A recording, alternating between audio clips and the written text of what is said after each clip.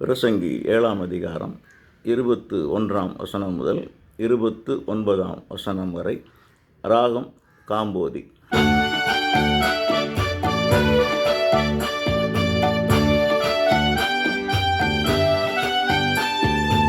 ஊராரின் வெற்று பேச்சுகளை நீ காது கொடுத்து கேளாதே. கேட்டால் உன் பணியாளன் உன்னை இழிவாய் சொன்னதும் காதில் விழும். ஊராரின் வெற்று பேச்சுகளை நீ காது கொடுத்து கேளாதே.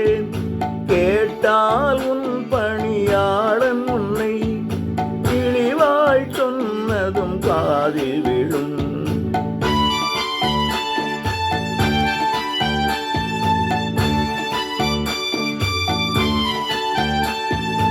எத்தனை முறை நீ பிறரை இகழ்ந்தாய், அத்தனையும் நினைவில் வரும். அனைத்தையும் அமர்ந்து ஆய்வு செய்தேன், உண்மையை அறிய முயற்சி செய்தேன்.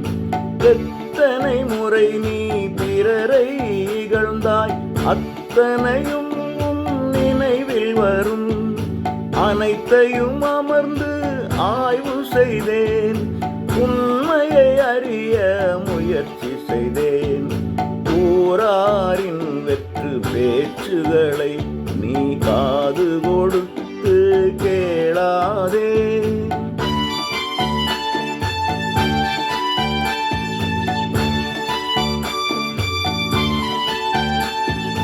ஞானத்தின் ஆழம் தூரம் இவைகள் மனிதரின் அறிவுக்கு எட்டுவதில்லை. விரல் மனம் ஞானம் என்பவற்றை அறிந்திட மிகவும் ஆவல் கொண்டேன். ஞானத்தின் ஆழம் தூரம் இவைகள் மனிதரின் அறிவுக்கு எட்டுவதில்லை. விரல் மனம் ஞானம் என்பவற்றை அறிந்திட மிகவும் ஆவல் கொண்டேன். ஊராரின் வெற்று பேச்சுகளை நீ காது கொடுத்து கேளாதே.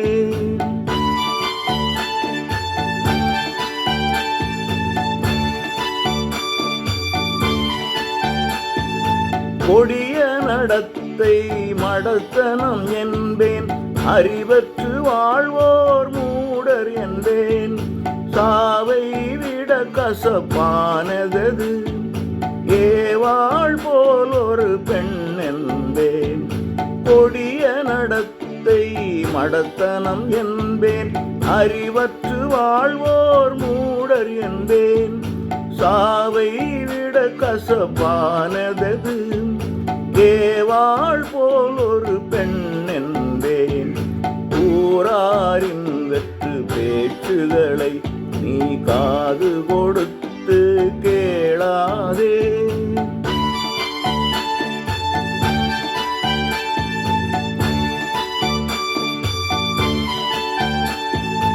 அவளது பசப்பு கண்ணியை போல் சங்கிலி போல் உன்னை இறுக்கிவிடும். பாவிகள் அவள் கையில் அகப்படுவார், கடவுளின் நண்பர்கள் விடுபடுவார். அவளது பசப்பு கண்ணியை போல் சங்கிலி போல் உன்னை இறுக்கிவிடும்.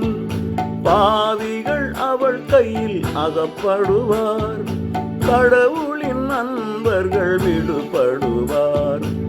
ஊராரின் வெற்று பேச்சுகளை நீ காது கொடுத்து கேளாதே.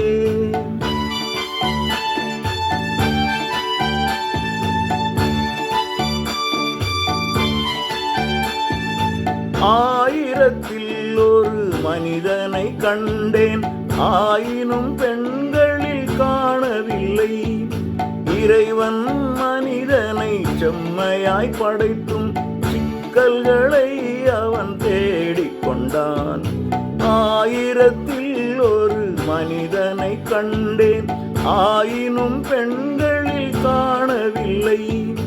இறைவன் மனிதனை செம்மையாய் படைத்தும் சிக்கல்களை அவன் தேடிக்கொண்டான். ஊராரின் வெற்று பேச்சுகளை நீ காது கொடுத்து கேளாதே. கேட்டால் உன் பணியாளன் முன்னை இழிவாய் சொன்னதும் காதில் விழும்.